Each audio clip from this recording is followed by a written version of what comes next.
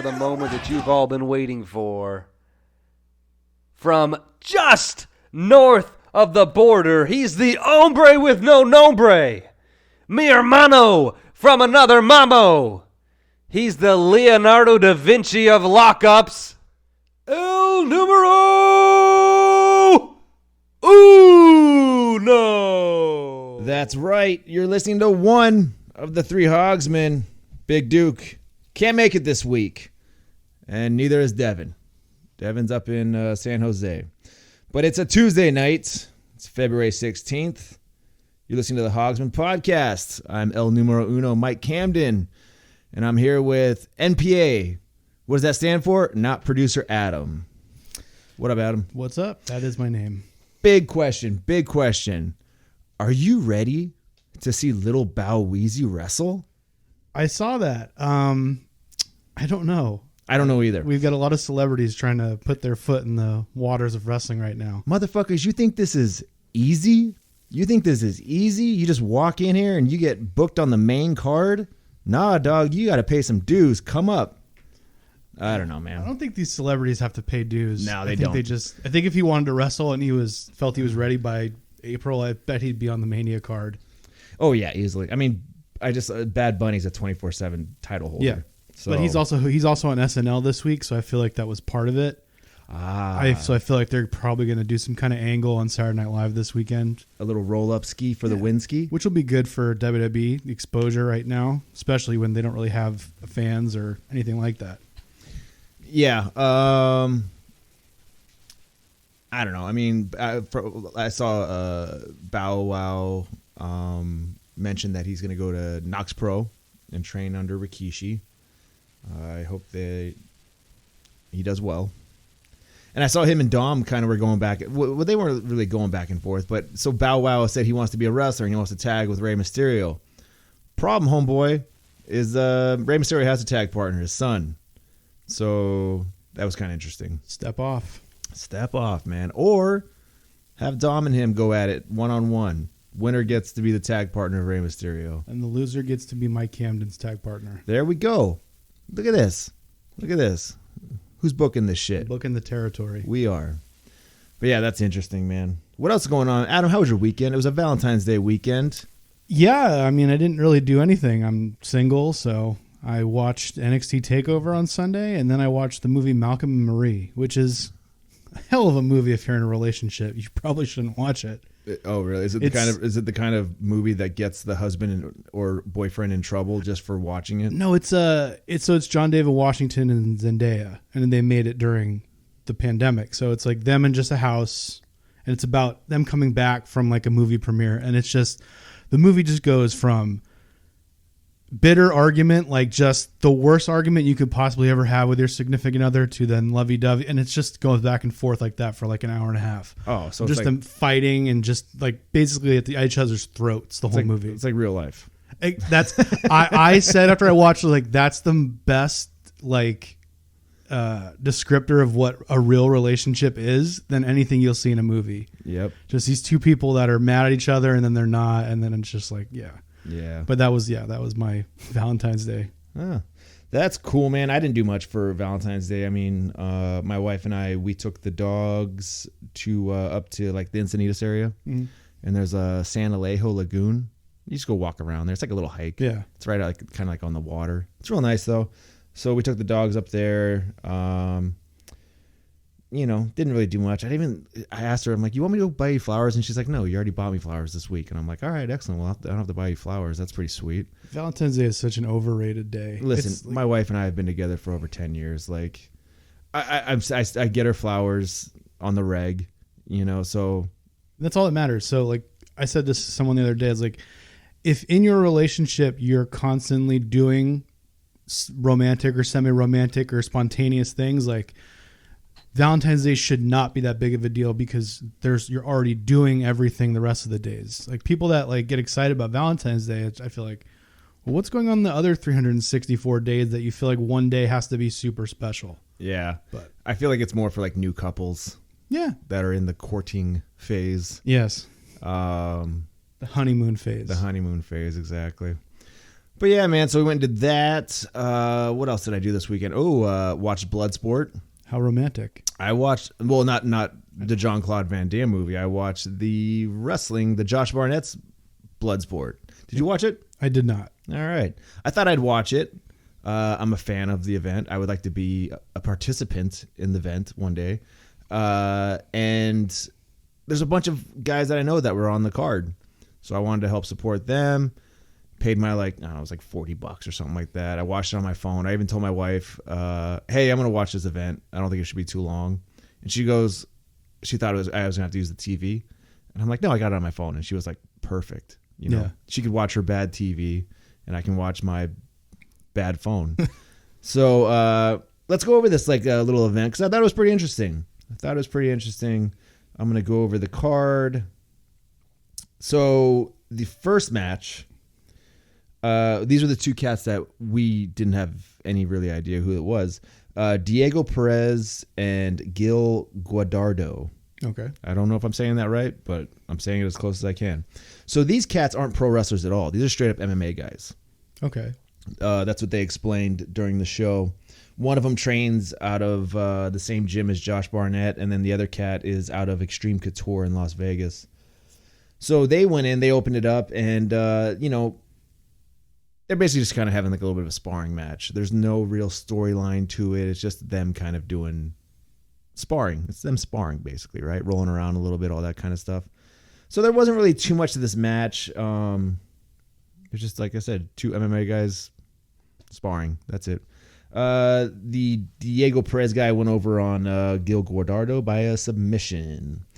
And then so next up, Calder McCall and Royce Isaacs. I know both these cats. They're both awesome. Like I said, Calder has an MMA background. Royce has a wrestling background. He wrestled in high school. I guess he was, because Royce is a big dude, but I guess back in the day he was like 280 pounds. Oh, really? And I was like, God damn. Yeah, the only things I've seen of him, he wasn't 280. I'll tell you that. I'm taking a guess. If I had to say, Royce, he probably weighs 230 at the most right now. Yeah, maybe 225. But God, for them to say 280, I was like, holy shit. But anyway, so here we go. These guys had a lot more of a storyline driven match. From what I picked up, a lot of times Royce was on top. He had top control. Calder is a jiu-jitsu guy, so he has no problem being on his back. And a lot of the first half of the match was kind of, Royce being more on top. And then they kind of switched it where Royce kind of almost exhausted himself, kind of blew up a little bit. And that's where Calder got to take over and start doing, what he does. So I thought that was kind of the story that I picked up. I don't know if that's what they were going for, but that's what I picked up. And then Calder finished him off with I believe it was a triangle choke. I believe something like that. I believe it was a triangle choke. But it was good, man. They did a good job, and I'm really happy for those two guys. The next one was Super Beast over Bad Dude Tito. Like I said, I know both these guys too. It was interesting. The first two matches, they didn't really have too many slams. Right, I think Royce hit a German, but it was more straight up grappling, a little bit of striking, but it was more grappling.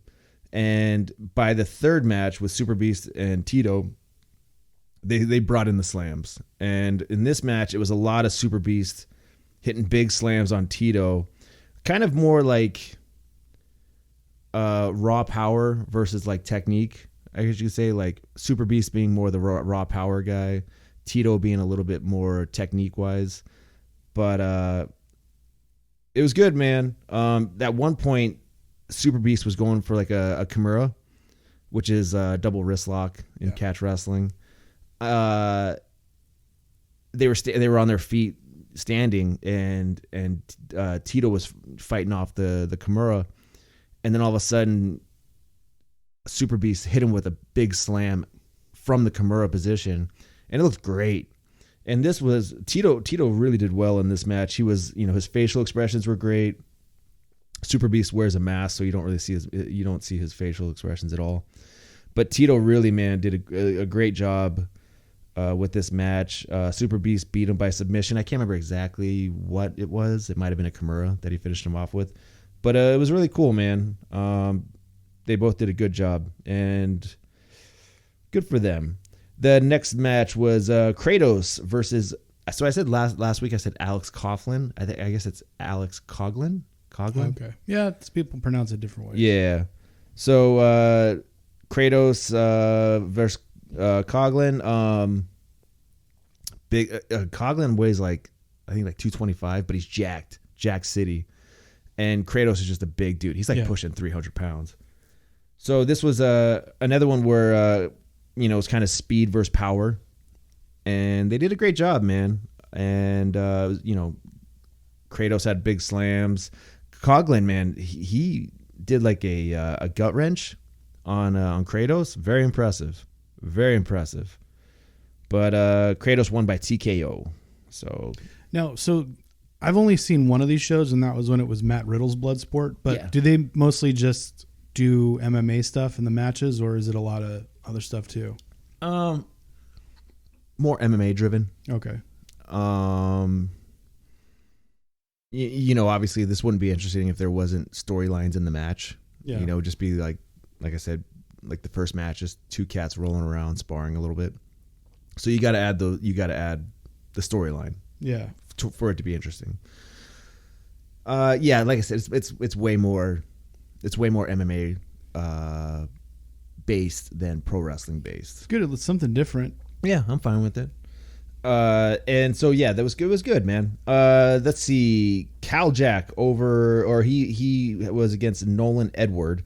Cal Jack, I didn't realize this motherfucker. They said he was 6'6". He's a big dude, man. He's a big man. I didn't know that. I've never met him. But and then this Nolan Edward he's a smaller guy. I think he might be from the East Coast. Not exactly sure. But this match was a lot of Cal Jack just throwing the Nolan Edward guy everywhere. Yeah. Just chucking him, ragdolling him. And Cal Jack won by TKO. Next match was Tom Lawler and Simon Grimm. I can't remember. I watched it. I can't remember exactly how this match went, but it was good. Solid performance for both guys. Lawler went over with a TKO. Then you have Davey Boy Smith, son of the British Bulldog. Big fan of the British Bulldog when I was a kid. He took on Calvin Tankman, and this was, it was cool. Calvin Tankman is huge. He's a big man. I remembered who he was after we did the podcast because I've seen him in MLW before. He's huge. Yeah. So and he's pretty athletic for being as big as he is too. Yeah, he's got that Willie Mack body. Yeah. Where you look at him and you don't expect him to do the athletic maneuvers that he is capable of just on sight. Yeah. But yeah, this was a good match. Davey Boy went over with a submission. And then to finish it off, main event was Jeff Cobb and Chris Dickinson. This match surprised me very much. So the first half, if not more, was all Dickinson, just riding Cobb. And I thought that was pretty interesting. And then, the tide turned and Cobb just started chucking Dickinson everywhere, talking German suplexes, everything, man. Like I said, Cobb has a reputation as one of the strongest guys in the business. And he just went to work on Dickinson on the second half or the back end of the match, and but I thought that was interesting. Dickinson was riding his ass for the first half, and then Cobb just must have said, "Fuck this, I'm gonna start throwing you," and he did, man. And Cobb went over with a TKO. I think he went over with a German suplex. Okay, but I great production, very good production. From this pay-per-view event, I'd love to see fans be there, but obviously the times are not going to allow us to do that right now. But it was a very good production, and everybody did a great job. So, good job, everybody. And then the next one is the this weekend. Yep. Moxley is wrestling Davey Boy, right? Yes, that's what they. That's what they set up at the end of the match. Yeah. At the end of the event, saying that Moxley was going to fight Davey Boy Smith. So I'll probably watch it again. Probably watch it this weekend, and then I guess they're doing it again out Mania weekend. Yeah, they did announce a bunch of shows for Mania weekend. I'm sure that was Yeah. one of them. Yeah. So yeah, cool, man. Good job. Congratulations, everybody. I'll be watching you again this weekend. And yeah, man. What else going on in this wrestling world? I watched that Yokozuna documentary. Have you watched it? So did I. Yep. So did I. It was really good. Very good. Very interesting. Very interesting about how it's very sad Yeah. how he ends up getting cut by the WWE. You know, it's just one of those things where he just couldn't control his weight. Yeah, some of the stories, like the story about when they went to that sushi place and they gave him all that food and they said, this usually feeds 20 people. And Yep. he ate it all by himself. I'm like, that's the kind of like eating that he did. And they show those videos of him in like the indies, like after he got fired. And you just see he's struggling to just walk to the ring. And you're just like, man. Yeah. Yeah. Man, Yoko had like one of the greatest leg drops. Oh, yeah. So fucking believable, too. Could you imagine if you leg dropped your fucking head? Lights out, man. Lights out. There's some of those bonsai drops that he did to some of those jobbers Ugh. that I just think about all the time. Like, man, that must have hurt. Yeah, there's one, I don't know, like it was off of Twitter, but he just destroys this one job guy.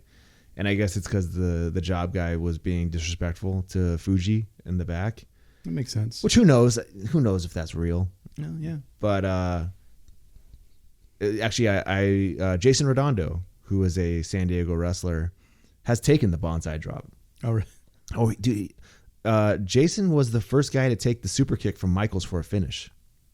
Can you believe that shit? That's crazy. Dude, Jason wrestled. He wrestled Michaels. He wrestled Yokozuna. He wrestled Razor Ramon. He wrestled Bam Bam as a job guy back in the day. That's fucking nuts. That's one of those things. Do you want to be that guy, or do you want to be the guy that just wrestles on the indies your whole life? Like, I would rather be the guy that gets to wrestle Shawn Michaels at one point. Yeah. Even if I don't get a move in, like that's still an experience. Yeah. Oh, hell yeah. And yeah, actually, Redondo got offered a contract back in the day, but it was right when he had his first kid. Oh, okay. So he life changes, life happens, Exactly. Priorities change. So, but it's always fun talking to Jason because it's just like you ask him these questions that like he'll be like, "Oh yeah, I wrestled Bam Bam," and you're just like, "What?" And he says it with like such like calmness, and you're like, "Can you please tell me about it?" Yeah. And he's just like, can you not just end there? and he's just like, Continue "Oh on? yeah, it was good, it was fun," and it was like. You understand you're talking about wrestling Bam Bam. Yeah. You're talking about wrestling Shawn Michaels. But yeah, man, so he's got some cool stories. Yeah, watch that Yokozuna. It's good. I can't believe that he was like 700 pounds before he died. Like that's insane to think about.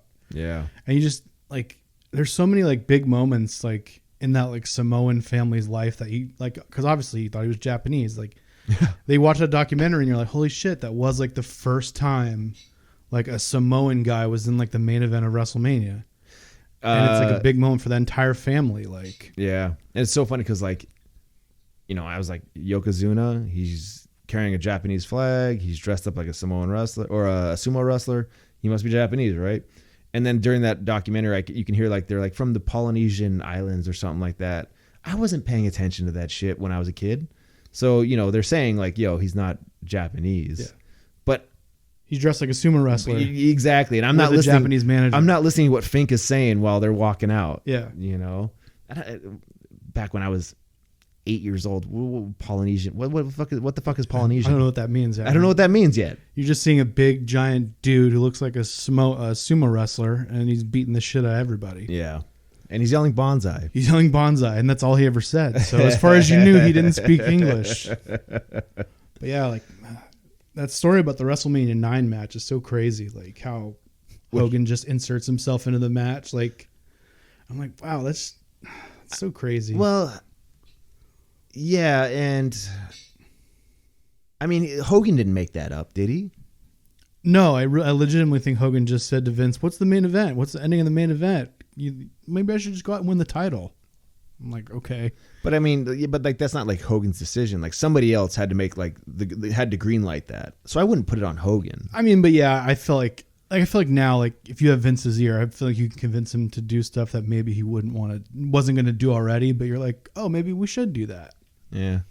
Because it definitely seemed like the majority of the family, when they talked about that moment, seemed like they were very annoyed that happened.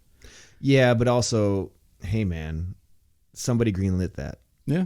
So don't blame Hogan. So, Vince or that came from somebody up there. That Hogan can't just walk in and say, "Hey, I'm going to change this real quick," or he can't just call it on the fly.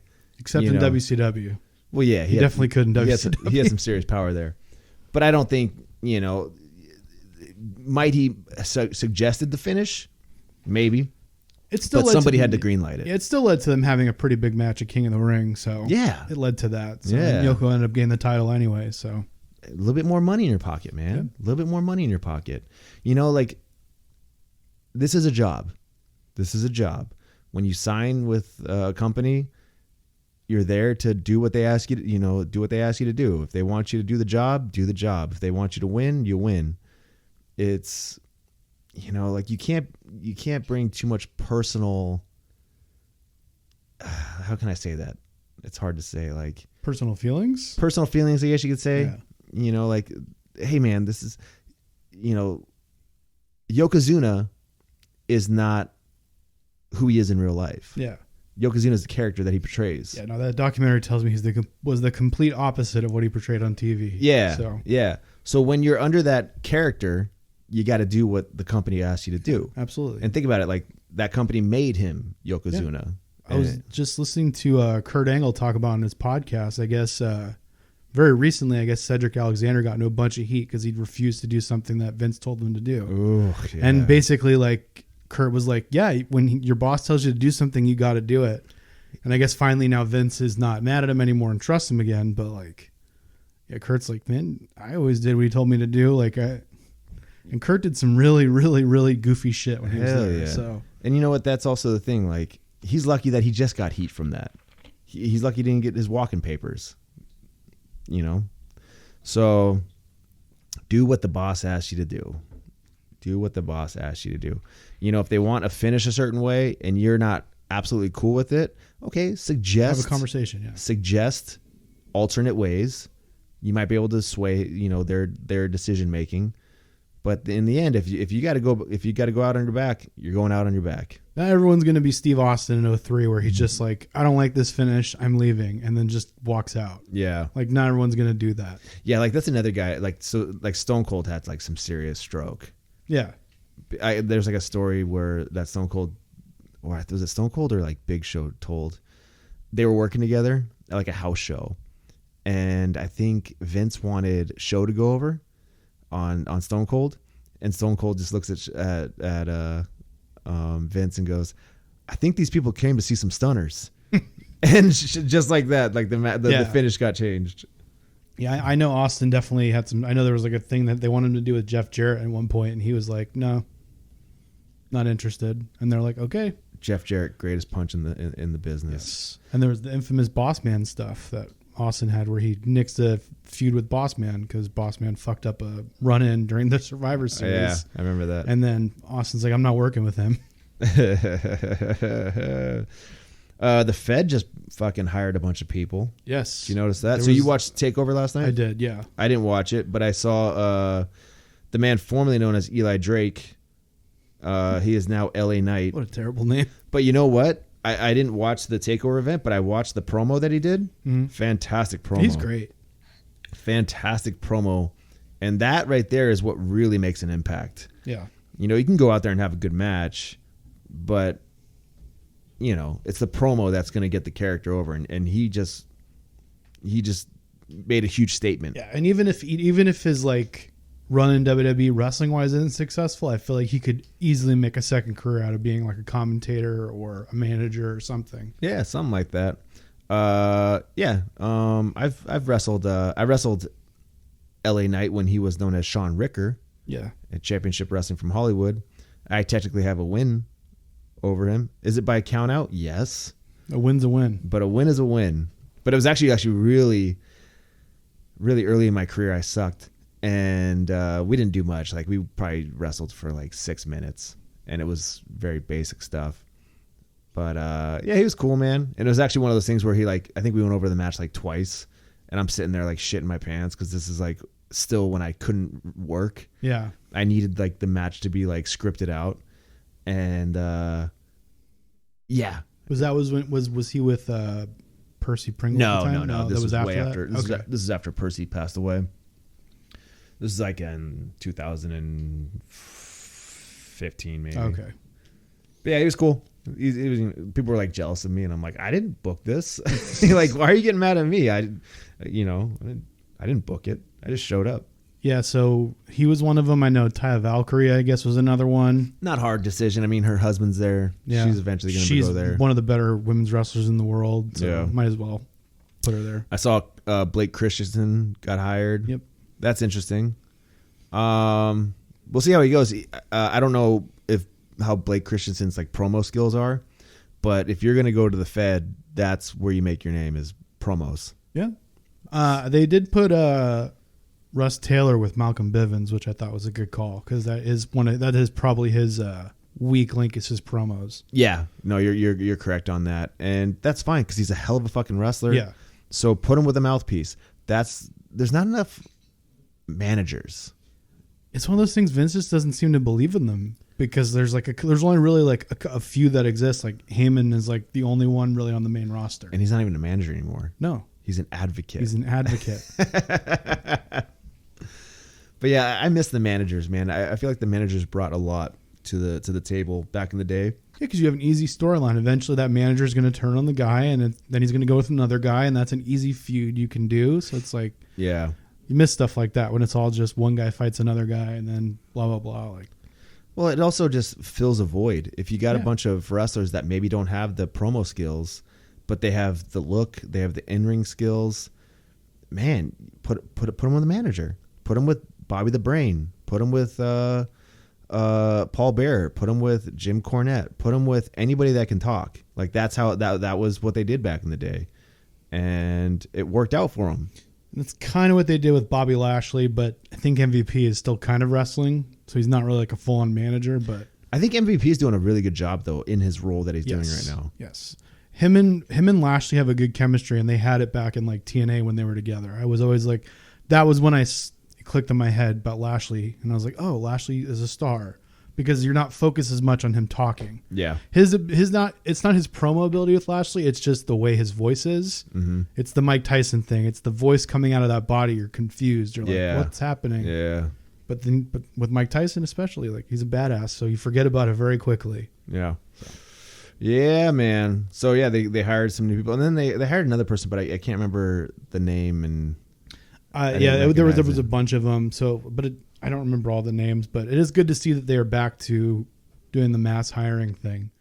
Because it seems like they put a freeze on that. it's a good thing and it's a bad thing. You don't know. You know, they could have too many wrestlers on their roster. Yeah, they always have that problem. That that's not a good thing. That's something that every wrestler I think needs to consider if they are going into a company. Okay, how many people are already on their roster? Am I better? Can I stand out? Yeah. Do I have the ability to stand out over these other wrestlers that are on the roster?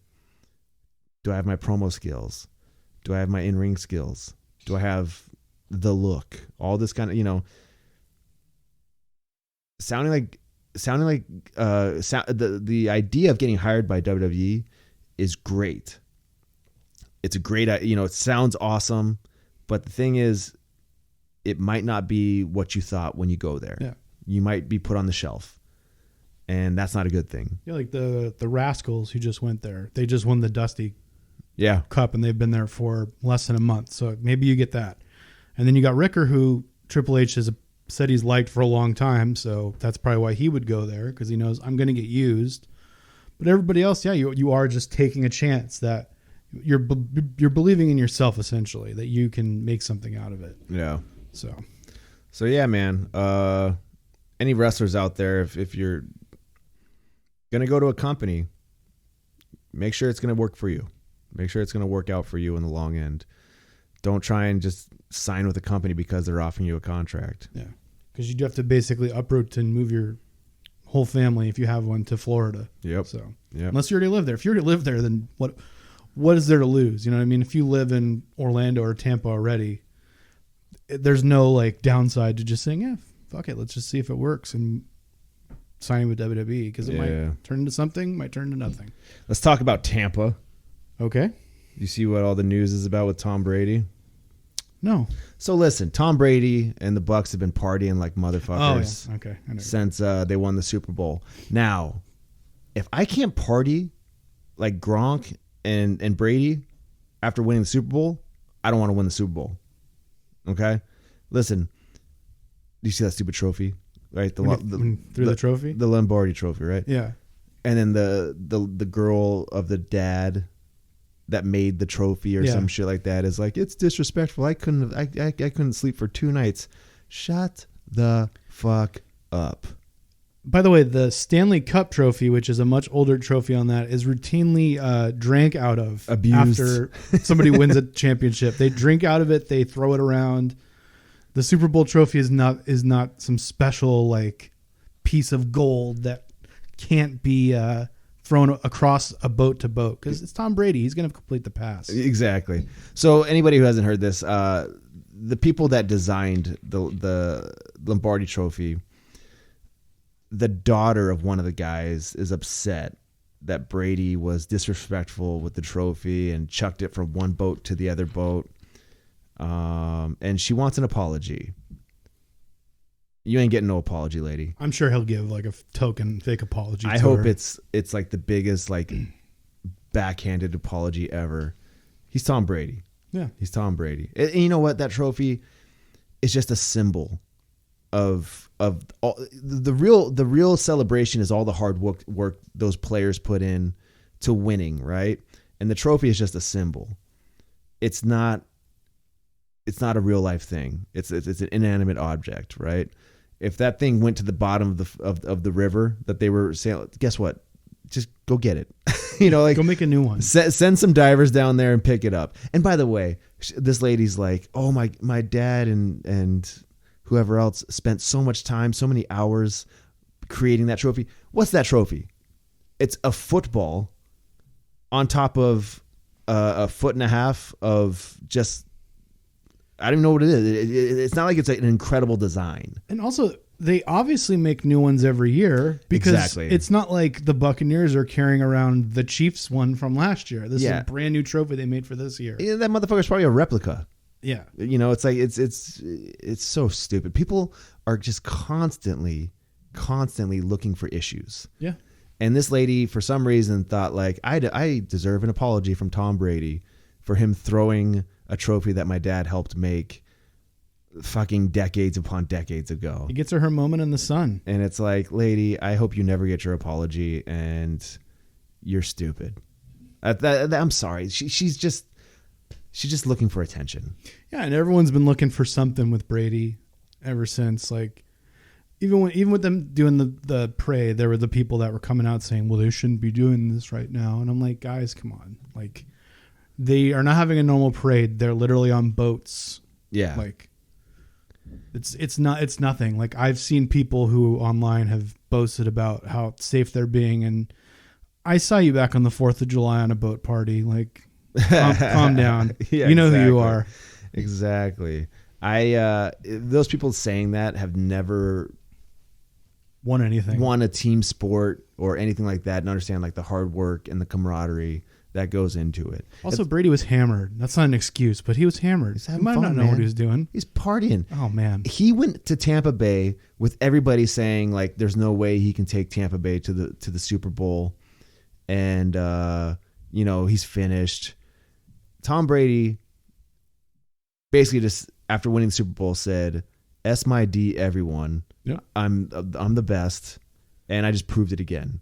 So suck it." It's such a bummer, man, because I used to like enjoy seeing that pop up on Twitter, and like it was all fun and good nature. Like, oh, these guys are having a good time. Now it turns into, look what he did with the trophy. Look what I'm like, come on, can we just enjoy something? Like, no, we are in like one of the worst like 365-day periods we're ever going to live through. Can we just try to find some glimmer of something somewhere instead of just hating everything. Everybody's gonna have a problem. So there's always gonna be somebody with a problem, and unfortunately, with social media, it just amplifies.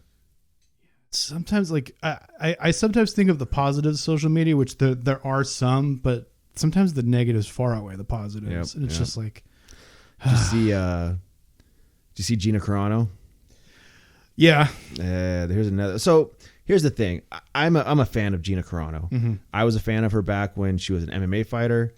And to everybody that's new to the MMA game, if you think Ronda Rousey was the first big MMA female star, she was like the first major superstar. Gina Carano was the original. Like, she's the one that put women's MMA on the map. So she fought for Strikeforce, and Strikeforce was like, we'll take a chance on the girls. Yeah. And it paid off because Gina Carano is a beautiful girl, and she's a hell of a fighter. And you were just like, wait a minute, that girl fights and she kicks ass, and she did. And people took notice big time. And then she unfortunately ran into Cyborg, and Cyborg kind of ran her out of the MMA game. But if it wasn't for Gina Carano, you wouldn't have Ronda Rousey. No. 100%. And the people that think Ronda was the one who did it, they're just younger people that weren't around when Gina Carano was around, because there was probably like a 5-year age gap. And Gina Carano started all that stuff. Yeah. And then, it was good seeing, because that's the biggest problem with like athletes, right? They retire, and now they have to start back over, basically, right? They got to go find another career. And she seemed to be doing pretty good, man. She had some movies under her belt. She got into Deadpool. I think she was on a few of the Fast and the Furious. She was working. And then she got the opportunity of a lifetime. She got hired on to work to be a character in Star Wars. Yep. And a pretty important character, probably the second or third lead on the show. Yeah, I mean, she's got a good amount of time, screen time on The Mandalorian. And it was about to become more. And fuck it, if you see what Disney's doing with Star Wars and everything, they're going to build it. It was such a good opportunity for her. And now she got fired. Yep. She posted something. She correct me if I'm wrong, but she basically how can I say it? She shared a meme that I've seen on Facebook a couple of times, which is basically comparing Republicans being vilified for their political beliefs and comparing it to Jews in Nazi Germany. Exactly. It's a common meme that's going around. I've seen it a bunch of times, and it is really tasteless. I will admit, it's stupid and it is tasteless. Yeah. It's not something I would have fired her over, but she doubled down, tripled down. And it's one of those things where, same thing. I don't seeing people get canceled or whatever. She didn't hurt anybody physically. She didn't break any laws. She said something stupid. And I just look at her and I go, is your political opinion bigger than you losing your career? You would think it is, though, because immediately the day after she teamed up with Ben Shapiro for some movie deal. And Ben Shapiro is like a hardcore fucking Republican. But it's just one of those things where it's like, damn, she was set.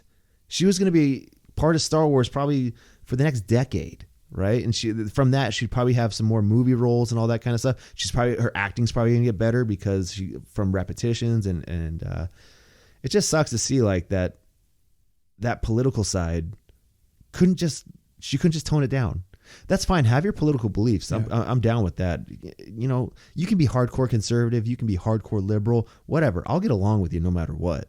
It's just, there's somewhere that we can connect. You don't have to put it on blast all over everything. You don't. And I say that for both sides. Oh yeah. I don't want to hear either side. Like, it's fine if you have the opinions, but don't bombard my social media or whatever with your opinion. I hate to be that guy, but just make your stuff. You can share how you feel, but don't argue with people online about it, which is basically what she did. Well, I go back to the bar industry, right? Yeah. The bar and nightclub industry there's two rules. Don't talk about politics. Don't talk about religion. Because it's only going to lead to fights. It's only going to lead to fights. that's all it is, man. And I feel like that people need to start bringing that into their other careers. You know, like Yes. she just destroyed her career, and she's like, oh, well, we're gonna film some movies with Ben Shapiro's company. All that. It ain't Disney. Yeah. Whatever company Ben Shapiro has, it ain't Disney. Yeah, he So- might have a ton of money, but it's still not Disney, and it's still not Star Wars. Enjoy your Lifetime movies that aren't even going to be on Lifetime. You'll get no pub that those movies will come out. No one will know because she's going to be basically blackballed from normal media. Crazy, man. Crazy. I don't know. And like I said, I don't like cancel culture. I don't like the idea of people, getting their careers ruined, losing jobs because of, certain political or religious or beliefs or whatever, because I feel like you're heading down a slippery slope. There's only maybe, in my opinion, about 2 or 3 people that I feel were rightfully erased from his. Like Kevin Spacey's a guy that I'm like, all right. Well, you that's did because some like shit. he had like rape charges against yeah, him. and that was like Or that sexual was assault. Sexual I don't assault know. on like a minor, and I'm like, Yeah. okay, yeah. Kevin Spacey, goodbye. I don't want to see you in anything anymore. That's fine. Didn't the guy that accused him end up dead? I don't remember. I think something strange happened.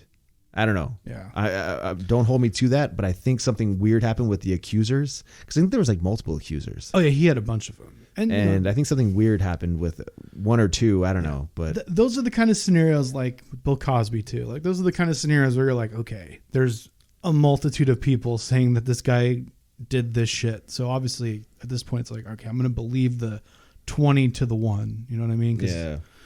you know, But I also, when you cancel people for them talking about a belief or stating an opinion that they believe, you're taking away the First Amendment right. Yeah. And you might go, oh well, these companies aren't government. That's cool. I understand that. Believe me, I took constitutional law in college, but now we're not even handling it in a court setting. Nope. We're just saying, oh, you're guilty. You're out of here. You're done. you know the best strategy for this stuff, if you don't like someone's beliefs, like when they come out with a movie, just don't go see it. Because if the movie makes no money, the studio's not going to make another movie with them. Yeah. So it's just as, instead of canceling them, just don't see their stuff. And Yeah. then they'll disappear because no one will make movies with them anymore. Yeah. That's the best way to do it. Like, obviously with the Star Wars thing, you can't do that because that show is going to be watched regardless. Like, people aren't going to not watch Mandalorian Yeah, because of her. What do you expect me not to watch Yeah. The Mandalorian? That show's fucking great, bro. Yeah. But now everyone's on the Sasha gets more screen time thing, so everyone's all excited about that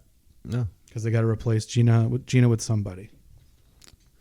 I mean, they could probably just like write off the character and nobody would really even notice. I saw a couple people suggesting they bring in the woman who played Xena, Lucy Lawless, dog.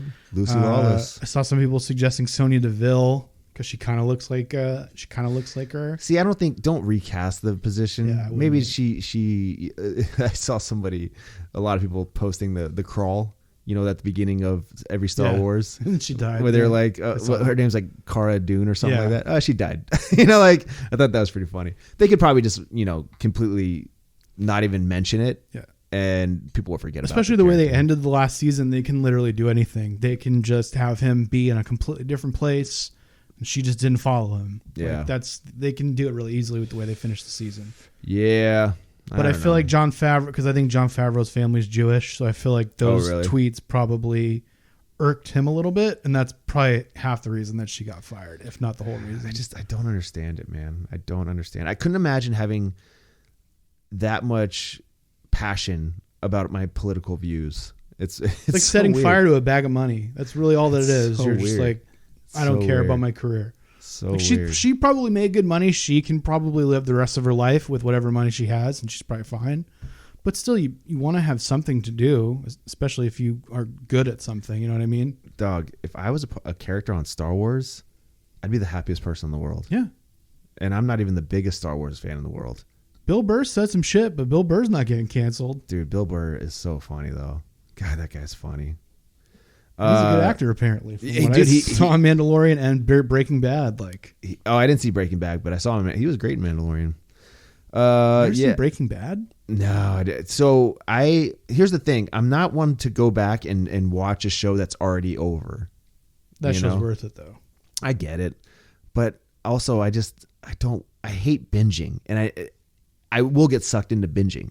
Yeah, I'm you will very, get sucked into that show. I'm very promise you. particular with my shows. I'm very particular because if you want me to sit down and dedicate a portion of my life to a show, I have to be really into it.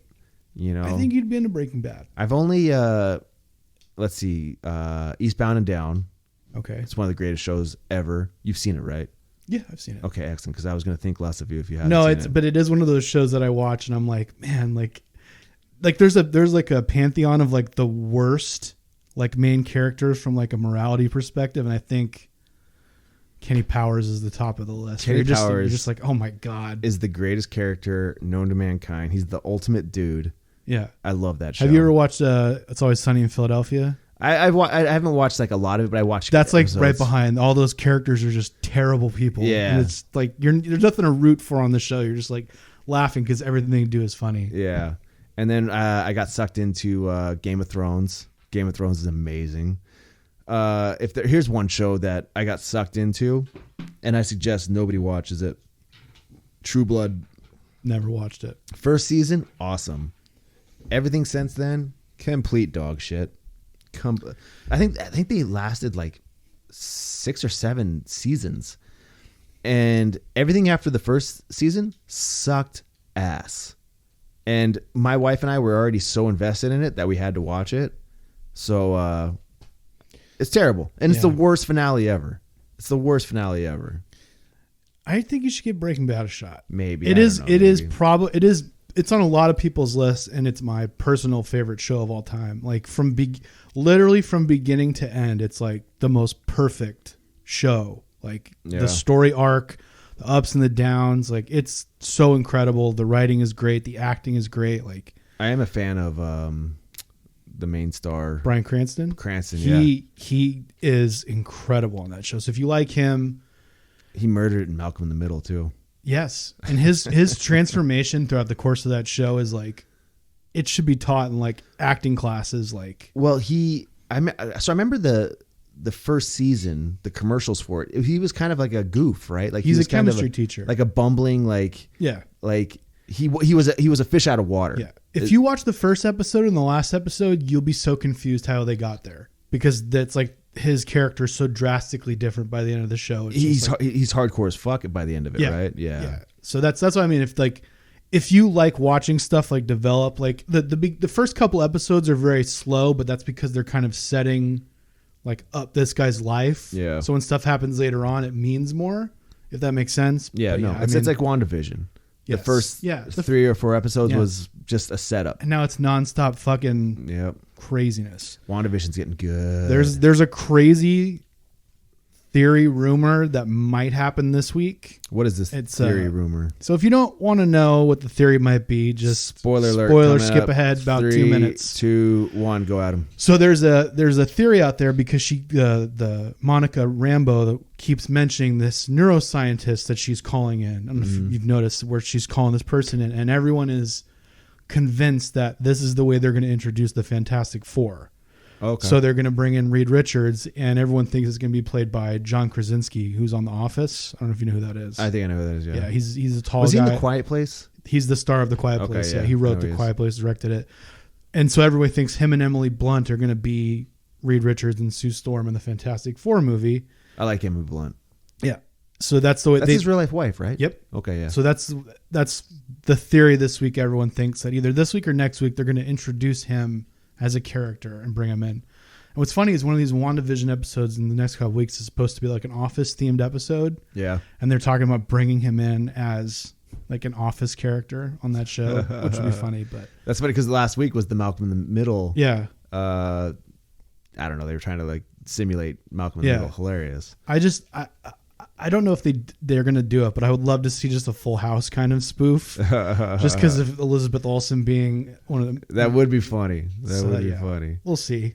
But yeah, I've seen that a lot. It was like trending on Twitter the other night. I've seen a couple people talk about it. Like whoever this characters they keep teasing is going to be a big character. Yeah. So Well, the amazing thing with the MCU is that what they do with this show will affect what's going on in the future with movies and other.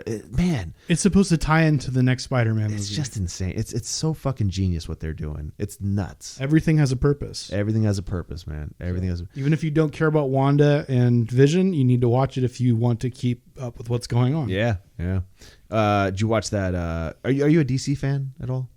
I am. Did you see the trailer for the Zack Snyder's I did. Justice League? Looks very It interesting. looks gnarly, man. And then like the Joker at the end. Yep. Look good. I'm not a huge fan of the Jared Leto Joker, but I don't think this is going to be the same Joker though. it looked pretty interesting what they were trying to do with it. I can't wait for that to come out. I'll watch it. DC, I'm not as big of a fan.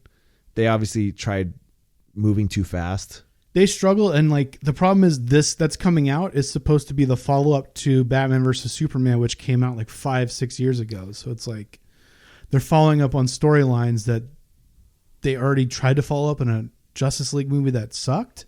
And now they're just, like this is what the real movie is supposed to be. I'm like, okay, well, but like after this, there's no like continuation of that story. Like, yeah, that's supposed to be coming out on HBO Max too, right? Like, yep, in March 18th, I think is what I saw. And that's going to be like a 4-part series or something like that. Like, I think it's all just being released at once, but it is like a 4-hour thing. Yeah, I thought they were releasing it in like I hope not. episodes. I hope don't know. not. Maybe I should after all this, like after WandaVision, after that's done, after Justice League, maybe I'll have Chris Terry come in because he's a big comic book nerd. He would probably jump all over me for that Reed Richards thing. He'll probably be like, that's not happening. Stop reading the internet. But yeah, he's continuously gets mad at the message boards and stuff like that. But yeah, he'd be good to come on, see what he thought of it. Yeah, because he's got in-depth knowledge of all that shit. Yeah. So let's go to questions, huh? Sure. Let's some questions. We actually got one as we were recording, so we have Sick. 4 questions now. Sick. All right, so I will start at the bottom.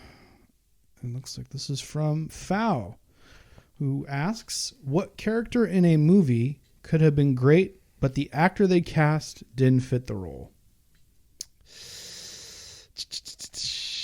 This is a tough one. Yeah. Because you really only are like, okay, well, this has got to be like a superhero question movie, right? Because like, remember that shitty Superman that they made with Kevin Spacey? Yeah. And the dude, I forget his name. Brandon Routh. He was also in Scott Pilgrim vs. the World. Yes. He was Todd. He killed it in that movie. Unfortunately, he didn't kill it in Superman. Wasn't he with Brie Larson, who ended up being Captain Marvel? Yeah. She was the one who sang, I think. In Scott Pilgrim vs. the World, you have Captain America, and you have Captain Marvel in it. Do you skate? Well, didn't they have anybody else? I think that was it. Oh, there were so many people in that movie. I think. Well, not like superhero people. As far as but superhero people, yeah. I think that's You had it. Captain Marvel and you have Captain America. And then Superman. Let's see. So I remember that movie sucked. And like it. Did you ever see there was a documentary, I think it was on HBO or something like that, where they talked about that Superman, what it was originally supposed to be, and how Tim Burton was supposed to be the director. Nick Cage was going to be Superman. They made a documentary about how that movie was supposed to be, and it was great because it was so not a Superman film. Yeah. And that's the biggest thing I have. That's the biggest problem I have with Superman. Superman's boring. Every movie he's had, it's been kind of boring. I mean, not that like the Christopher Reeves ones. I thought the Henry Cavill one was okay. The which one? The Henry Cavill one, the most recent one. Man, I thought it was it's okay. all the same fucking story, man. Yeah, the problem with Superman is like it's always the same villain. he's like a god. It's exactly. like, he's unbeatable. Like yeah, so you got to like try to like with Batman, it's easy to create that sense of like where there's like a story to it because he's human. Like, yeah. Superman, it's like well to get him weakened, you got to get the kryptonite. Yeah, and it's like everyone does the same shit. When a superhero has too many powers, they become like less interesting because it's like, dude, come on, man. And then they're like, oh well, kryptonite is his weakness. I'm sorry. Superman can see like from like a 1,000 miles away. You tell me, and he can see through walls and shit like that. He can't pluck off some fucking kryptonite and go, hey, I'm sorry, asshole, you've got kryptonite over there. I'm not coming over by you. I'm going to laser you with my fucking eyes from back here. There's one movie I think about off the top of my head, the Da Vinci Code. I always thought Tom Hanks was wrong. I always because I read some of those books and I always thought that Edward Norton was he looked more like the character they described in the books. Really? So that would be one, but obviously Tom Hanks is more marketable. Yeah. So if you're trying to make a big budget discovery movie like that, you got to put Tom Hanks in it. Yeah. Yeah. So, let's see. I don't know too. You never really say oh, that person didn't fit that character. You always say that person was well casted.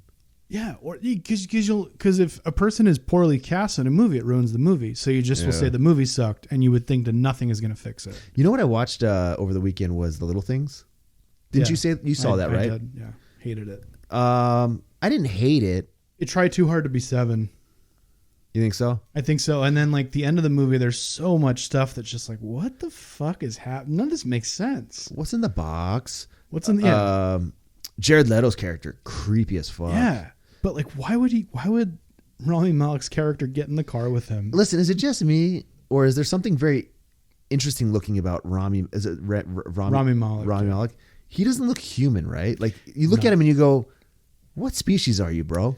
Yeah, he was on a show called Mr. Robot, which I really liked. It was about a hacker type thing, and he was way more suited for that show. Yeah, he was perfectly cast in that show. And because of that, whenever I see him, I when he was in the Freddie Mercury movie, or this movie, he did well with the Freddie Mercury one. Yeah, but I still I always see the way he talks is very monotone. I'm I don't look at you as if I when he sitting at the kitchen table with his family, I'm I don't really think that's something you do. I don't buy it. That's kind of so. I didn't really buy him too much as the police detective. Yeah. Like I said, he's just an interesting looking guy. Yes. I'm not saying he's an ugly guy or something like that. He just looks interesting.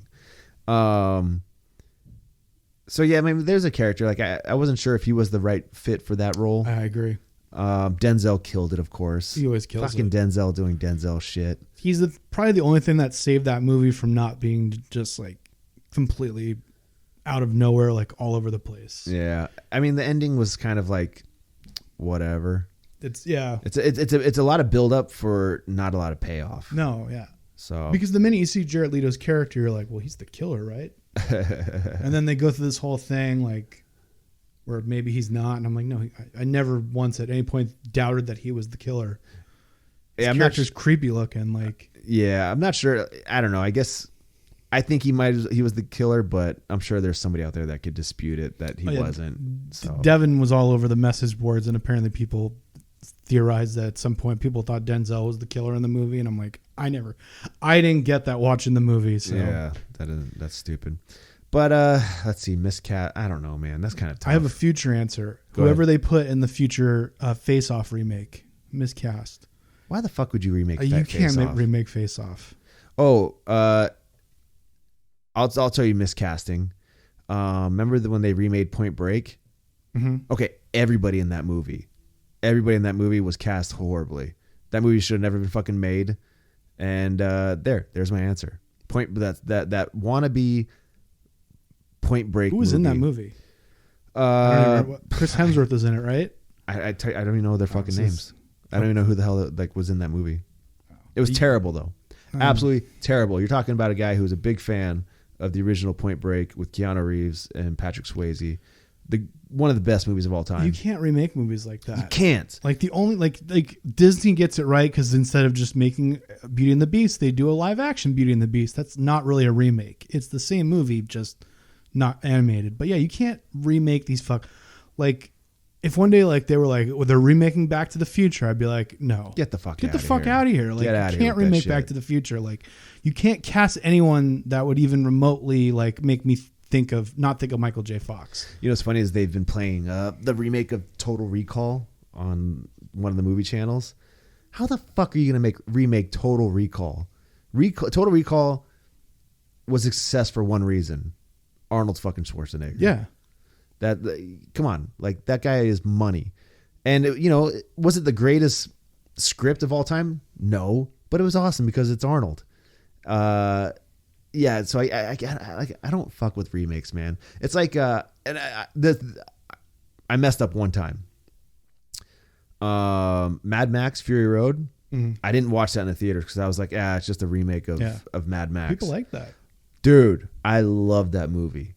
From start to finish, it's just balls to the wall action, and I was like, this movie is great. Tom Hardy's awesome, so I can't imagine he did a bad job. And Charlize Theron killed it too in that movie.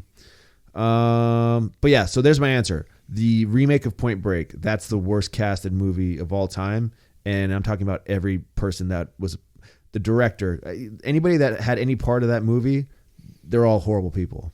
All right, there's my answer. I will say the guy who played John Connor in Terminator 3.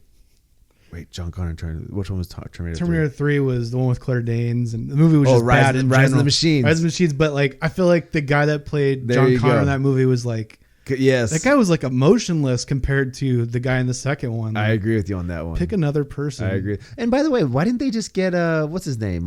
The guy from Terminator 2. He was so fucked up. Oh, he was too banged up. He had so many drug issues. Like I think he's finally past it now, which is why they brought him back. What's his name? Edward Furlong. Yeah, that's right. Yeah, he was very popular in the 90s. Hell yeah, he was. All right, next question. Yeah. Thanks, pal. So the big guy 87 asks, you guys were talking about answering relationship questions on the show. My suggestion for you guys is to take into consideration, why not do like a dating show segment on the pod? Well, I'm married, so I don't know why I couldn't be a part of a dating show. I don't really know specifically what they mean by dating show. Devin's married. Yeah, I think, thanks, big guy, but I don't know what you mean by that. I don't know what you mean about having a dating game. I don't know. Fill us in if you got what you Fill mean us by in, that. yes. Give us some more information. We'll see what we can do. All right. The next question is from Canna Pro Show. I think I know the answer to this already because I think you talked about it pretty extensively. From one former industry security guard to another, craziest story throwing someone out of the club. Well, I already told that story. I almost got killed. You can find that on Mike Camden's WWE tryout episode. That was probably the gnarliest thing that ever happened to me. But just know, like, man, there was a lot of crazy stuff. I remember one time we were completely outnumbered. So I usually have like 18 to 19 security guards on like a weekend night, like Friday or Saturday night. And I remember this. So party buses, I don't know if they're still a big thing, but they were back in the day in like the 2000s. They were big time party buses. Yeah. And whenever we saw those things roll up, we would find a reason not to let them in because you're just dealing with a bunch of assholes that just got off the bus that are drunk as fuck. So they're drunk already. And they think they think they own the spot because they got the numbers behind them, right? So when we saw a party bus roll up, we would immediately send like a security guard down there as they were like exiting, just looking for a reason not to let them in. And one time we let the group in and something happened. I wasn't there for the original incident, but I got called to the side door and one of my door guys is like, yeah, this guy's trying to fight me. And all of a sudden, like one of the guy's friends comes around the club to the side door, and then another person comes around the side door, and then another person comes around to the side door. All of a sudden, there's like 20 plus people like ready to throw down. And I had to call all my security staff out and be like, hey, everybody get out here right now. And we were still outnumbered. And we're talking like, it was like guys, girls. And by the way, if y'all don't think girls can fuck some people up during a brawl, they can. Girls fight dirty. I know a guy who was holding down, like these two cats were fighting, and one of the security guards grabbed one of the guys and was holding on to him. And the guy's girlfriend was stomping on his head with her high heels. Fucked him up pretty good. And so girls fight dirty because they have the idea that, well, no one's going to hit me back. Exactly. So they have no fear. So they can go as hard as they want. Yep. And they're like, no one's going to hit me. Yep. And if someone hits me, guess what? 9 times out of 10, the guy's going to get in trouble for hitting her. Yep. She's not going to get in trouble for instigating. Yep. Yep. Dude, you ever seen a girl get hit by a guy? No. Not pretty. Not pretty. I'll go back to the first time I ever saw a girl get punched by a dude. it was like I still remember it. Like how. So we're at this house. I was probably about 16 or 17, and my buddy, he was out of town, but his older brother, who was like 21, was having a house party, and this is out in Ramona. So we me and my friends go to this guy's party, go to the party, and one of my friends, his name was Doug. He brings a guy that I've seen at school. I've seen at school, but I don't know. I've never interacted with him, and I can't remember his name. I think it might have been Joe. So let's just call him Joe. So he worked with my buddy Doug, worked with this guy Joe, and he brought him along. So he's kind of like, it's our group and Joe, basically, right? You know how you've been in those situations, I'm sure. And we're at this party. It's outdoors, so there's like a bonfire going on, and like there's a keg and all this kind of stuff. And we're like there with like older kids, right? So like my group of friends we range like about 3 years apart, and I'm usually the youngest. And so we go to this house party, and there's this girl walking around. She's got like baggy camo pants on. She's got like a hoodie on. She's a little bit bigger, right? And she's acting really weird. She's trying to like make out with everybody at the party, and just kind of like all the guys are like trying to like, they're being nice, but they're like, yeah, sorry, no, I don't want to kiss you or anything like that. This is the craziest fucking part. So me, my buddy Doug, and like my friends and Joe are hanging out, and this girl walks up to us, and for some reason goes, "Who wants their dick sucked?" Like I said, I'm like 16, 17 years old. I'm like, what? Like, excuse me? And this Joe guy goes, "I do." And she says something to him. I can't remember exactly like what happened, like this little, like the little like interaction. But all of a sudden, this Joe guy takes his cup, his red cup, throws his beer in this girl's face. And I'm like, that's not good. No. That is not good. No. So then what does this girl do? She's got a cup of beer also. She throws her cup of beer right in his face. And I'm just like, oh, that's not good either. And this is like very quickly this happens. Yeah. He throws a right cross right to her chin. Just decks her. She falls down into I don't know what it's called anymore, but back in the day we used to call it the Indian position, like Indian style. Like that's how she sat down, like where legs crossed. And he sits her down. Boom. And I'm like, holy shit. You know, like it was like she's out, but she's sitting Indian style. And all the dudes that were like older than us immediately start chasing that Joe. That Joe guy hit the fucking hit the ground running. So he goes running off into the woods, and there's a mob of dudes following him. And I'm like, holy crap. And this girl is still just sitting in front of us, like kind of like dazed. And we're like, my friends and I are just looking at each other like, holy shit. What the fuck just happened? And all of a sudden I thought, like my thought process goes, all those guys that just chased that dude, they think we're friends with him. Yeah. So you I'm better like, get out of there. So I was just like, oh man, this could be bad. So anyways, the group, this guy, he got away. Like this is the sticks, right? He ran into the woods. And so, you know, all these guys that chased him start coming back, and they're kind of like, they weren't too mad at, like they didn't think we did anything wrong. Yeah. Like I said, we knew like a lot of these people, and this was our friend's older brother holding the party. And they're like, who was that guy? And like, we're just like, I don't really know who the guy is. I go to high school with them. Yeah. I've seen him in high school, but I've never talked to him before tonight. And it kind of all like blew over. But that's the first time I ever saw a dude or a chick get hit by a dude, and it's not fun. Like it's like horrifying, because you're like, girls' bone structures or whatever is not meant to like take a punch from a dude. Now, granted, with the, you know, MMA today, there's plenty of girls out there that could kick my ass, and you know, but it was nuts, man. It was nuts. But yeah, let's see. How did I get sidetracked onto that story? Oh, we're talking about bar incidents. Yeah. You know, I got punched, I got kicked, I got headbutted. Oh, here's a fun story. Halloween. This must have been like 2006. I had to escort a girl out. I can't remember for why, but it's Halloween night. So everybody's dressed up. This girl is dressed up like Chun-Li from Street Fighter.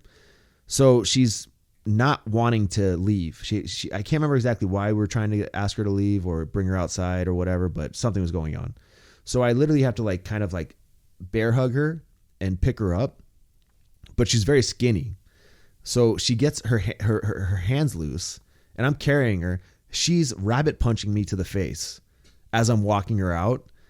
And I started laughing because these aren't like big punches. I started laughing because I'm thinking like, this girl is dressed up as Chun-Li, rabbit punching my face. You know, That was pretty if funny. you ask any anybody that's worked nightclub security and they go, hey, I got a question for you. Would you rather break up a guy fight or a girl fight? I'm telling you, 10 out of 10 times, the security guard will say, I'd rather break up two guys fighting. Girls fight dirty, man. Yeah. Girls fight dirty. You know what they do? They latch onto each other's hair and they do not let go. So you can't go pulling these girls apart because you're going to pull their hair out. Oh, nightmare. Also, most guys think that they're badasses, so they're not going to try any like strategy when they try to fight you. They're just going to try to punch you, and you can just, if you're thinking, you can just move. So duck, and here's what a lot of people don't know how to fight. You know what a regular guy is going to do if he tries to fight you. What his first move is going to be? push you. No, Okay. right hand. Oh yeah, for sure. Most people in this world are right-handed, right? Yeah. So what do you do? You cut off the right hand. You approach them on the right side. That's how I do it. Yeah, because even if they try to punch with the left hand, it's not going to be their strongest shot. They couldn't even connect. A lot of people can't even connect with the left hand. But let's see what else. There was so many like incidents where it's just constantly fight. You would see a lot of fights. You see people get knocked out, people getting glass bottles broken over their faces. A lot of drug use. Yeah, just crazy stuff, man. Yeah. It was wild, but it was fun at the same time because I was in my 20s. Yeah, it wouldn't be fun if it were today. Oh no, You'd be like, hell no, I wouldn't put up with any of that shit. Yeah. The last time I worked in the nightclub, I went back after I left Nordstrom. I went and did some nights, a couple nights a week, because just to make some money on the side. And my buddy was the GM of the place, and I got sucker punched. I got called up to the front door, and they were like, "Hey, Mike, can you hold down the front door?" One of the other door guys just got into it, like verbally or some shit like that with some kid. So I'm like, yeah, no problem. So I'm up there, about a couple minutes go by, and I'm checking IDs, and all of a sudden I just get punched like right behind my ear, behind my right ear. And I look over and I'm like, what the hell? And this guy, his face is all bloodied up, and he went and got his ass kicked by somebody. I don't know who, but his face was all bloodied up, and he looks at me and he starts running. And I was like, you motherfucker. So I chase after him. I caught him like right away. I'm not the fastest runner in the world, but I caught him. And I did a headlock takeover. And I'm just squeezing his head, and I'm like, stop. And he's like trying to like punch me, but he's like punching me at like the top of my head, which is like, if anybody that knows, you don't punch the top of somebody's head. oh, that's the hardest part. The hardest part of your body. So I've got this guy in a headlock takeover, and I'm just like, why the hell did you do that? And he's like, because you guys beat me up. And I'm like, I just got up here. Nobody beat you up, dude. Whoever beat you up is down the street. Yeah. But anyways, the cops showed up, and I don't know, probably nothing happened. He got arrested for the night, and that was about it. And I was like, I'm over this. I can't. At a certain age, you're like, I'm not getting paid to get punched. And it's amazing. A lot of people think that you're allowed to punch like security guards and get away with it scot-free. It's amazing. You'd be surprised how many People think that with any job.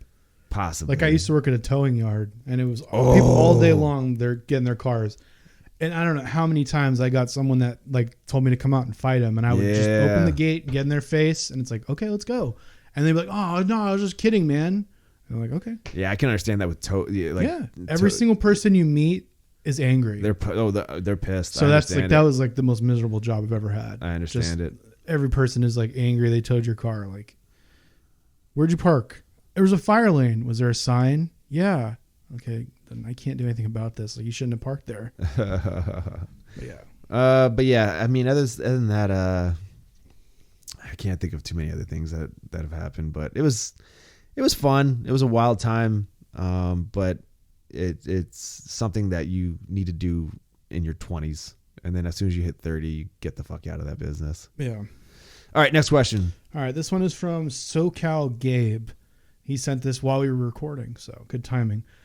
Are there any fictional TV movie characters that you think would make for a great pro wrestling character, and what would be a noteworthy highlight of their career?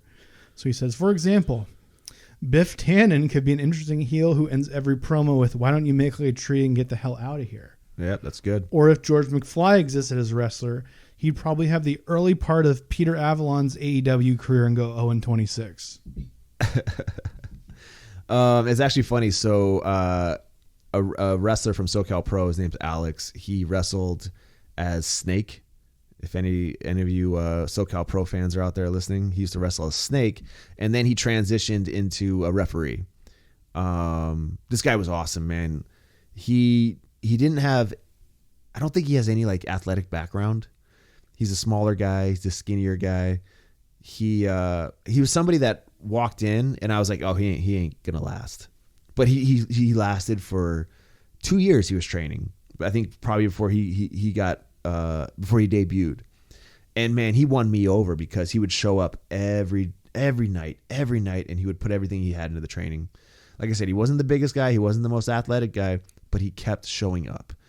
And I thought, speaking of Scott Pilgrim, I thought he would be great for us as a Scott Pilgrim character. You know, somebody that doesn't look like they can kick ass. Yeah. And then when it's time to go, like, he kicks ass. And he used to make video games, and he was a big video game guy. So I think he would have like fell into that role like perfectly.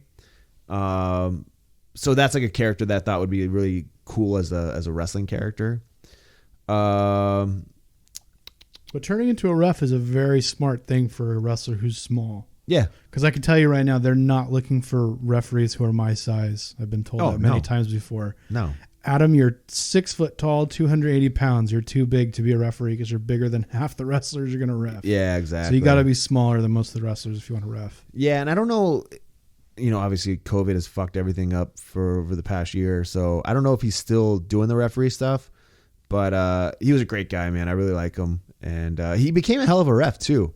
He, you know, there's certain, from the time that I remember him first starting to referee towards the end, he was very on point. Yeah. With his refereeing, and by that I mean like he was in the right position. He was able to relay messages. He checked on you after a big move, which is great because you don't know when somebody actually gets fucked up. People I think don't think about that kind of stuff with refs. Like a ref can really fuck up a match if they are trying to be the star in the spotlight of a match. Like your job as the ref is to stay out of the way, not be noticed, and check on the guys after stuff. Well, I think a referees should be noticed when it's time to be noticed. Yeah. When it's time to enforce the rules. Yeah. You know, during a break, during any kind of stuff like that, you know, a good referee can help out a match so much.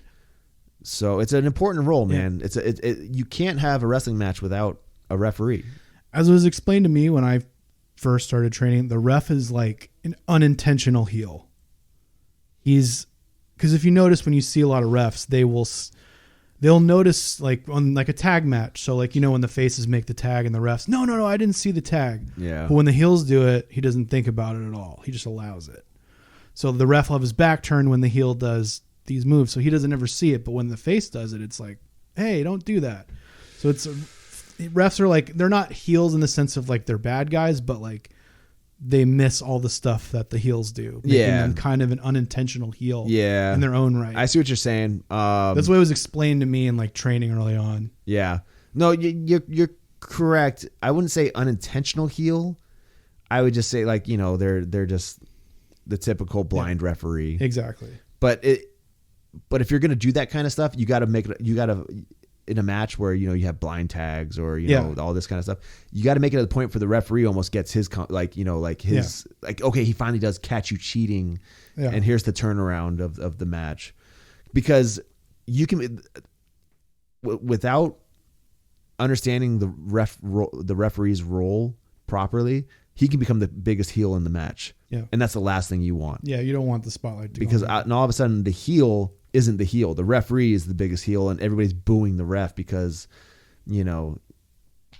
he's doing the most fucked up shit, So Like I remember there were spots in old WWF where like Triple H would have his hand on the ropes and Earl Hebner would catch him and then he would kick his arm and then get rolled up. And I'm like, I don't necessarily think the ref needs to be that involved in the match, but sometimes it is cool. At the right moments. At the right moments it right works. moments, But like a PWG, Rick Knox used to do like dives on the Young Bucks during matches. And I'm like, that's too much. That's far-fetched. That's too much. It's also, you got to wrestle for the crowd. The crowd pop for it. So that's all that matters. In front of you. So, tell you the truth, every wrestler takes probably a character that they saw from a movie, and that's something that they use to inspire their character. Like, let's talk about like Hammer, right? Hammerstone. He recently, maybe not recently, but like 2 years ago, cut his hair.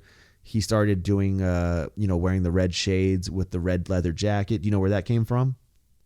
Where? Fight Club. Tyler Durden. So he used that as an inspiration, and then he rolled with it, right? Yeah. So now you wouldn't even know that it's supposed to be a Tyler Durden character. Now it's just Hammerstone, right? So you take these characters that you see in the movies, you bring that whatever that is that you see in that character, and you want to replicate it. You bring that into your wrestling persona, and then you make it your own. Yeah, it's like I think Jericho in like 2010, he famously turned his character, like he was much quieter, and he was referencing the guy from No Country for Old Men, the villain in that movie. Yep.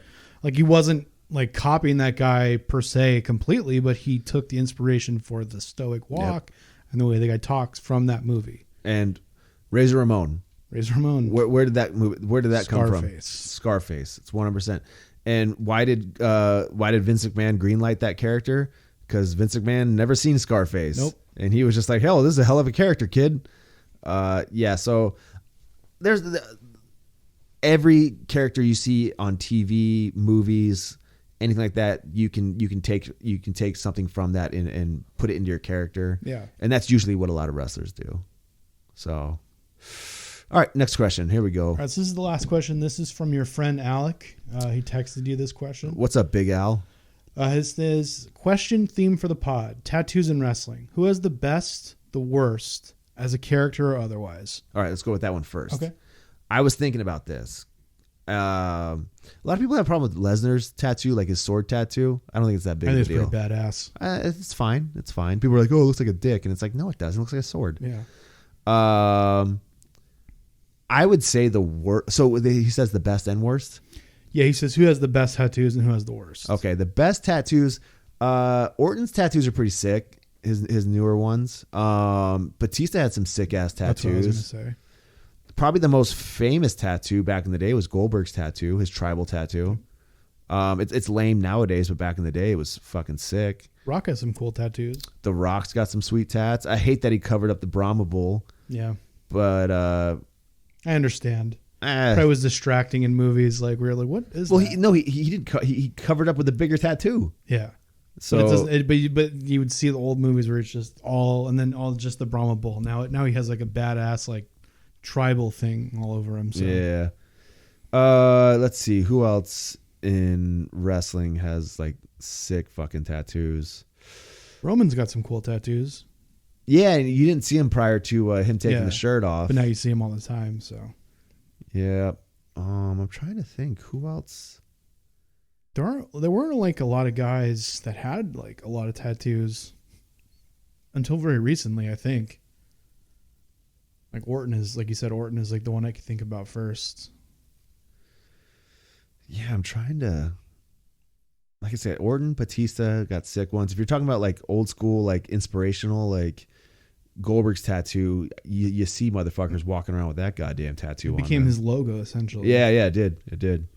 I think. I mean, I don't really know. Like, you have like Aleister Black's got a lot of tattoos. Yeah. I don't really know what they look like though. No. Punk had the Pepsi tattoos. Punk has cool tattoos, but I mean, yeah, he's a former wrestler. Yeah, I mean, yeah. Punk had. I like he had the Cobra. GI Joes. Cobra, right? Cobra Command. Cobra Commander.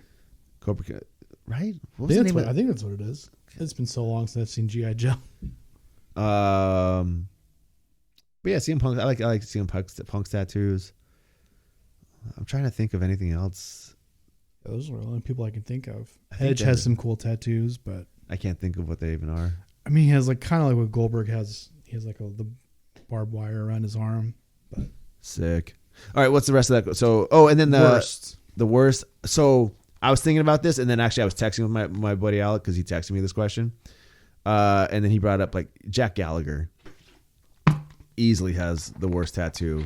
So he's got like a chest tattoo that's a pirate ship. Oh yeah, that's so recent. I've barely seen that. But so he didn't have it when he first got No. in.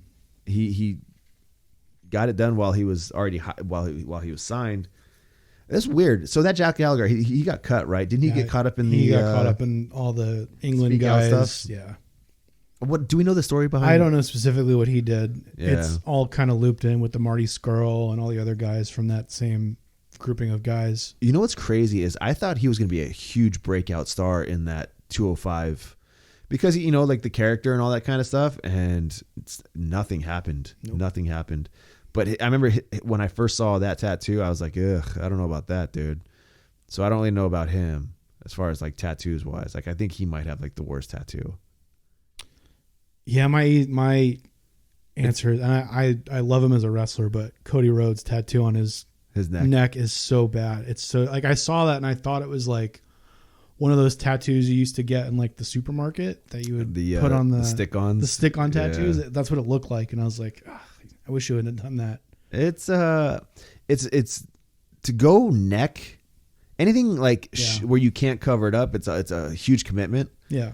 It's like top of the hands. Oh, you know who's got sweet tattoos is Mysterio. Yeah. Rey Mysterio's He got a does, bunch of tattoos. yes.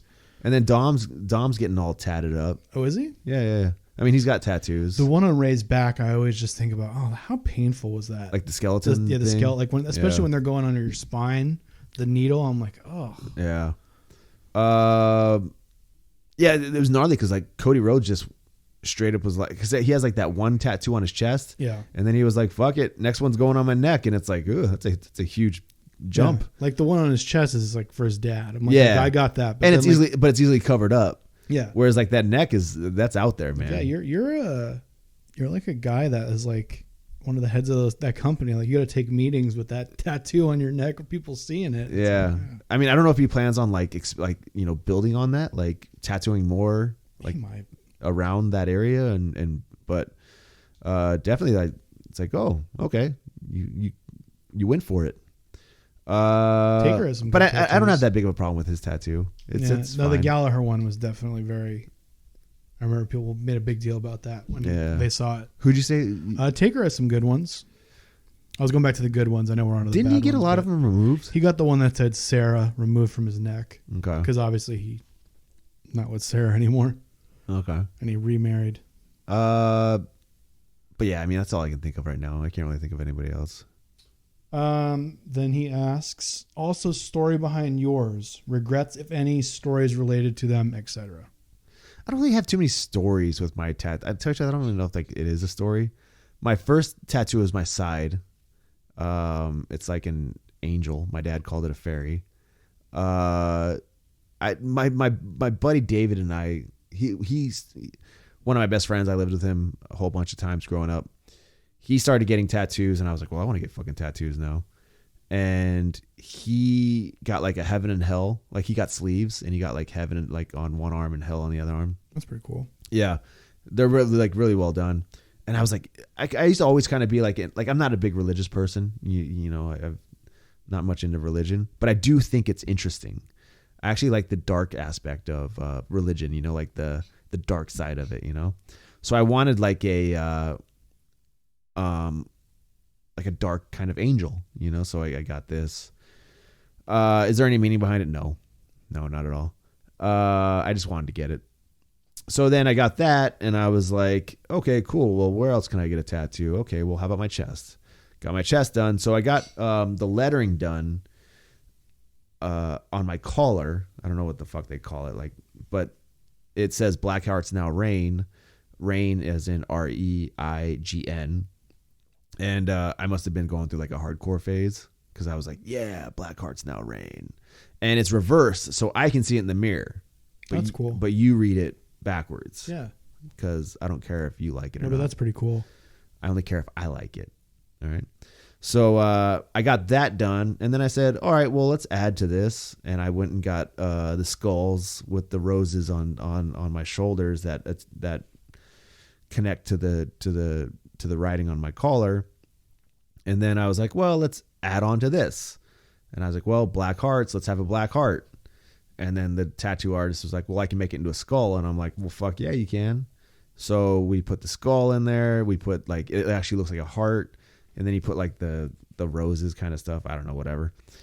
Anyway, is there a real meaning? No. Do I regret them? Well, I didn't expect to be, like now that I'm a wrestler and, having tattoos kind of, It fits. It kind of fits, but I would probably be more able to pull off other characters if I didn't have tattoos. Yeah, that's true. So like, I like my tattoos. My wife likes my tattoos. But like if let's say I never got tattoos, and I'd probably be fine with it. Like, I don't know. Yeah. It's fine. It's just who I am now. I don't even like, if you look in the mirror, you don't see tattoos anymore. You just see your, Oh, there I am. Yeah, there you are. That's it. So yeah. I suggest anybody who's becoming a wrestler, maybe if you don't have tattoos, wait. If you want to get tattoos down the road, that way you have an ability to kind of be a character. Yeah, you can get pigeonholed into something if you have a bunch of tattoos. Yeah. I assume. Yeah. No, you can. 100%. If they want a clean cut baby face, yep. You're done. You're not in that role. So, is that it, man? That's it for the questions. Thanks for the questions, everybody. I really appreciate it. Really appreciate it. And is there anything else we want to talk about? Anything you want to talk about? The one thing I want to say before we sign off is make sure to tune in to the Hogscast Red and Black this week. Is there something exciting going on? We have a big announcement. It'll either be on the episode itself or in the coming days about our first guest that we're going to have on the show. Sweet. And it's a pretty big one. So I'm not going to say it on here. I can tell Mike off the air. But yeah, tune in. I'm hoping we can get confirmation by tomorrow. If not, we will probably announce it this weekend. Excellent. I hope it's a good guest. I hope you guys, everything goes well. The Red and Black, the Hogscast, Hogspack. Yep. Devin Show. I had to wear a stupid tie and shirt, and Devin wore something. Excellent, man. And also, guys, so go listen Thursday mornings, right? Yes. Thursday mornings, Hogsman Podcast, Red and Black, the Hogs Pack. That's Devin Show. And then also be on the lookout for Big Duke's podcast that's coming out in March. Yep. The Last Word with Duke. For all we know, it might end up on the Hogsman feed. Really? So I don't know. I have no idea. Yeah. I should probably hit him up and be like, yo, what are you doing with this? It should be on the Hogsman feed. It would probably get him more views than it just being by itself. Possibly. Let's go ahead and let's take this home, huh? Yeah. Let's take this home. Wrap it up. Shout out to 10 Barrel Brewing, cheap fun beer, pub beer. What's up? Listen to us on Spotify, Apple Podcasts, Google Podcasts, and a whole bunch of other places. YouTube. Oh, on YouTube, go listen to the go check out the YouTube page. It's up, and you can also listen to us on Steel Cage Radio. Yep, we're everywhere. We're everywhere. We're everywhere. Listen to us. What else do we have to put over? Anything else? Be on the lookout for Level Up Pro Wrestling on IWTV. That should be debuting actually in a few days on February 21st. Okay. It'll be debuting on IWTV, so go check that out. Same Level weekend as Bloodsport. So after you watch that's Bloodsport, right. check out Level Up Pro Wrestling. There you go. Fun-filled weekend of wrestling. There you go. Good to have that kind of back. Yeah. Elimination Chamber is also this weekend. Oh, is it? Yep. Did not know that. I've been to actually. I've worked 2 Elimination Chambers as extra. Didn't do shit, but I was in the background. That's at the one least. match I think I'd want to see live that I haven't yet. It was I cool. think I've seen every other gimmick match you can see. I think the Elimination Chamber is the only one. It was cool. Obviously, I will not be there this Sunday, as it is in the Thunderdome. Oh, is it? Yeah. Cool. Let's see. What else do we got to talk about, or do we got to put over? I think that's about it, right? That's about it. Just listen to our show. Just listen to the show. Listen to all of the Hogsman podcasts. Support us. Go check out the Pro Wrestling Tees /Hogsman. Devin put up a whole bunch of shirts. Go buy all the shirts. Go buy all the shirts. You got 4 or 5 choices. So go check that out. Follow us on Instagram and Twitter at Hogsman Pod on both of those. And that's about it, right? That's it. Excellent. Adam, if they want the tip, what do they got to do? I think they should just take the whole hog. Adios.